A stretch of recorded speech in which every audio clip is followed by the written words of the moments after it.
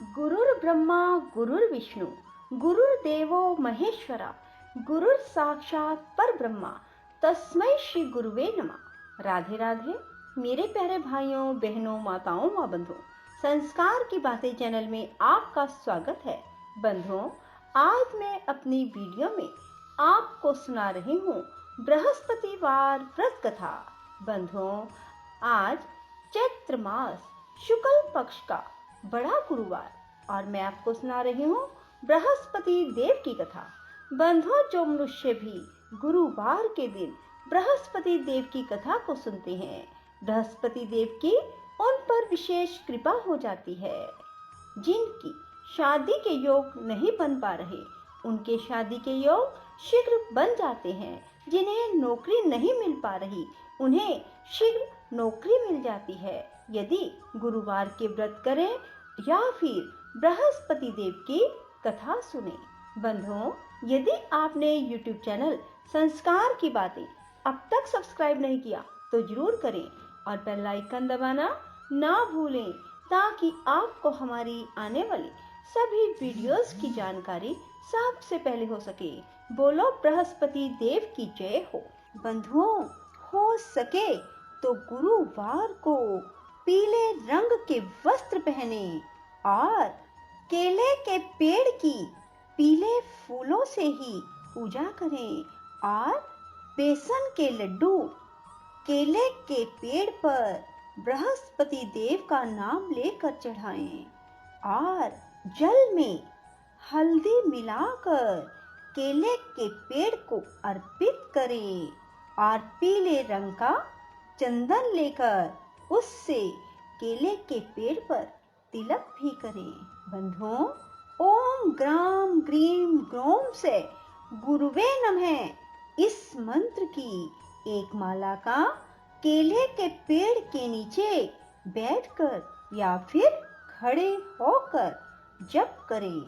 बंधुओं, यदि आप गुरुवार का व्रत करते हैं तो नमक रहित भोजन ग्रहण करें। बोलो गुरु महाराज की जय, बृहस्पति देव की जय। किसी गांव में एक साहूकार रहता था। उसके घर में अन्न वस्त्र धन किसी की भी कोई कमी ना थी, परंतु उसकी स्त्री बहुत ही कंजूस थी। किसी भी भिखारी को या उनके घर में कोई भिक्षा हेतु आता, उसे कुछ भी ना देती। सारे दिन घर के काम काज में लगी रहती। एक दिन एक साधु महात्मा बृहस्पतिवार के दिन उनके द्वार पर आया और भिक्षा की याचना की। स्त्री उस समय घर का आंगन लीप रही थी।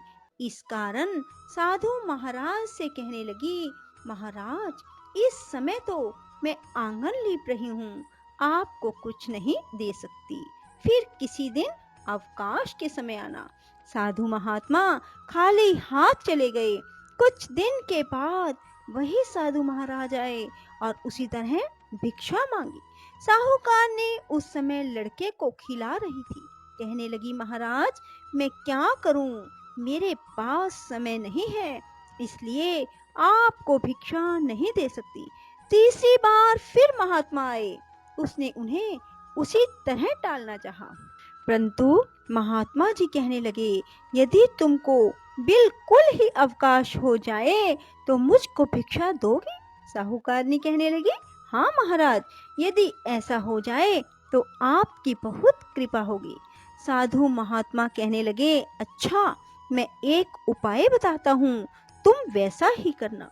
तुम बृहस्पतिवार को दिन चढ़ने पर उठना, सारे घर में झाड़ू लगाकर कूड़ा कोने में जमा कर देना, घर में चौका इत्यादि मत लगाना। फिर स्नान आदि करके घर वालों से कह देना कि उस दिन हजामत अवश्य बनवाएं। रसोई बनाकर चूल्हे के पीछे रख देना, सामने कभी भी ना रखना। सायंकाल को अंधेरा होने के बाद दीपक जलाना।